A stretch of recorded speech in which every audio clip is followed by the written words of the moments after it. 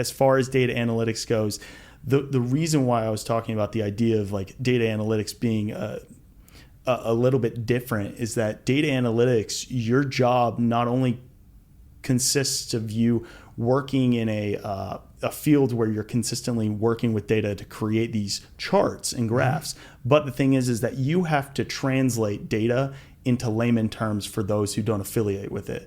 So those of you who are actually behind the camera, right, that don't know too much about data, you're the prime target for most of the people who are working with the data to make stuff, right?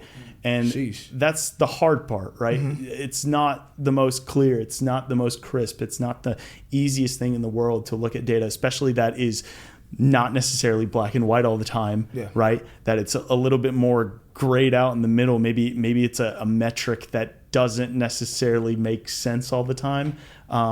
Data as a whole, even when groomed, there is a level of like no company is perfect. No company's perfect. Yeah, no. When it comes to data, it's the same thing. Like groomed data is an ideal term for the idea that your data engineers or the people who take raw data and then make it malleable for your team, your data analytics team and data science team, they are not flawless. So, right, they'll probably make a mistake here and there.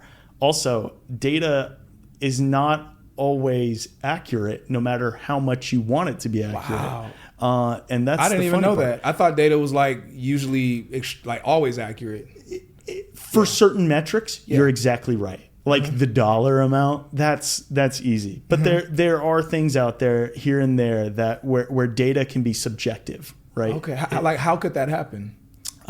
So if you're talking, I'll give you an example. Right now I'm working on a model, and this model in my job measures difficulty on an operation. Okay. So I am basically taking what you think is difficult and what anyone else thinks is difficult. I'm interviewing multiple people. I've interviewed probably 15 people to find out what is difficult and what is easy. And then I'm putting a number on that.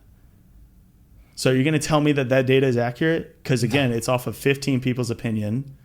It's a number that represents difficulty. Yeah, no way. It's not exact, right? Yeah. So again, like the metrics there, it's conditional. Sure, some are exact, some aren't. Also, here's another thing.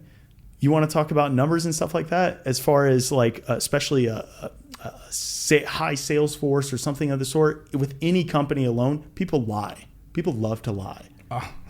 I'm so serious. Facts. And the thing is that waterfall, that trickles right into data. If you lie on like the number of, let's say you're a guy who pushes an elevator button, right? But you say you pushed it 50 times rather than 12. So I'm the data analyst of that team for the elevator company. You just see 12, 12, 12, 50, 12, 12, 12, 12, 12, right? So like you see it in data very easily. And that happens quite a bit. And it's not one of those things where it's constantly a problem. But the thing is that it is something that is just another layer of analysis that needs to be done on a company's end to make sure that everything is in check. And the so-called level of skepticism is always there, right? And so data science as a whole, though, is all about probability and the pouring in of all these statistical theories.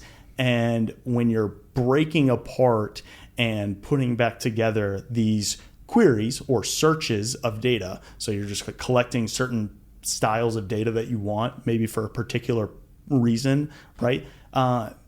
It can definitely get gummy, so to speak, or gunky, whatever the word is, like messy. Yeah, I've never heard gummy before. I guess gunky, messy, right? With like what you're trying to pull, especially if it is something that you know the data isn't necessarily the most accurate, or the data is not as well tracked.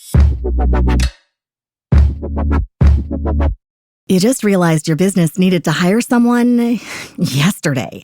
How can you find amazing candidates fast? Easy. Just use Indeed. Stop struggling to get your job post seen on other job sites. With Indeed sponsored jobs, your post jumps to the top of the page for your relevant candidates, so you can reach the people you want faster.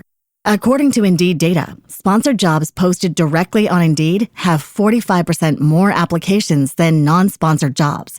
Don't wait any longer. Speed up your hiring right now with Indeed.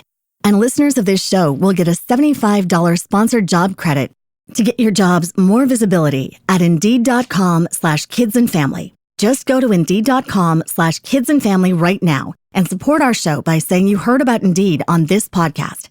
Terms and conditions apply. Hiring? Indeed is all you need.